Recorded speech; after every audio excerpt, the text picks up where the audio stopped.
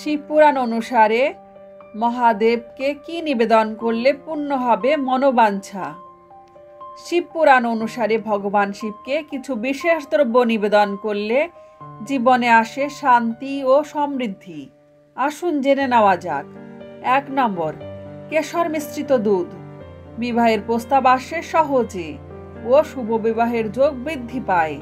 2 নম্বর, আতপ চাল।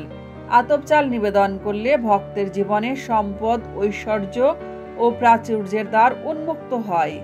কিন্তু খেয়াল রাখবেন, চাল যেন ভাঙা না হয়। 3 নম্বর, মধু। মধু অর্পণ করলে বৈবাহিক সম্পর্কে সৌহৃদ্য, ভালোবাসা বৃদ্ধি পায়। 4 নম্বর, চন্দন। চন্দন অর্পণ করলে মানুষ সমাজে সম্মান ও খ্যাতি পায়। 5 নম্বর, বিল্বপত্র। বিল্বপত্র অর্পণ করলে ভক্তদের সকল মনোবাঞ্ছা পূর্ণ হয়। 6 নম্বর, জল। জল নিবেদন করলে শিবের আশীর্বাদ পাওয়া যায়। 7 নম্বর, ধুতুরা ফুল বা ফল। ভগবান শিবের প্রিয় ধুতুরা ফুল বা ফল নিবেদন করলে সুস্বাস্থ্য ও যোগ্য সন্তান প্রাপ্তি হয়।